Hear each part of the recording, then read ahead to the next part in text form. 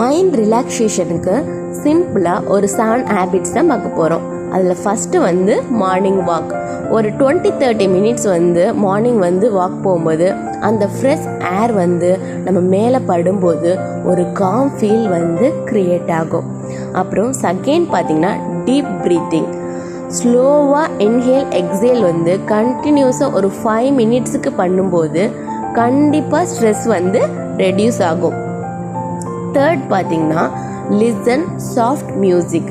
ஒரு நேச்சர் சவுண்டாக இருக்கட்டும், இல்லை ரெயின் சவுண்டாக இருக்கட்டும், அப்படி இல்லைன்னா ஒரு சாஃப்ட் மியூசிக் கேட்கும்போது மனசுக்கு அப்படியே ரொம்ப பீஸ்ஃபுல்லாக ஃபீல் பண்ண வைக்கும். ஃபோர்த்து பார்த்திங்கன்னா மொபைல் யூசேஜ். நம்ம கண்டிப்பாக மொபைல் யூசேஜ் வந்து ரெடியூஸ் பண்ணணும். ஸ்க்ரீன் டைம் வந்து ஓவர் டைமாக இருக்கும்போது பாடி ஃபுல்லாக டயர்ட் ஆகிடும், மைண்டும் டயர்ட் ஆகிடும்.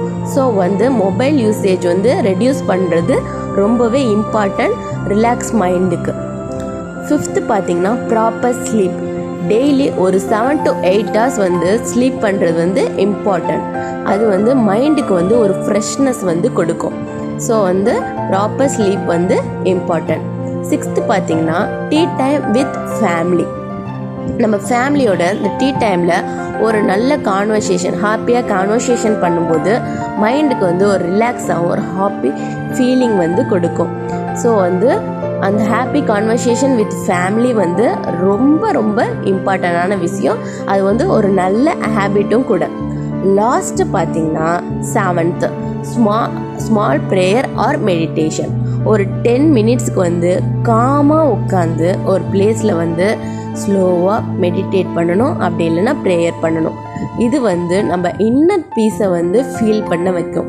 மைண்டையும் வந்து ரொம்ப ஃப்ரெஷ்ஷாகவும் ஒரு ரிலாக்ஸாகவும் ஃபீல் பண்ண வைக்கும். நம்ம மைண்டும் இதுவும் ஃப்ரெஷ்ஷாக இருந்தால் தான் நம்ம வாழ்க்கையில் வந்து ஹாப்பியாக ஒரு ஜேர்னி வந்து க்ரியேட் ஆகும். ஸோ வந்து மைண்டை ரிலாக்ஸாக வச்சுக்க ட்ரை பண்ணுங்கள்.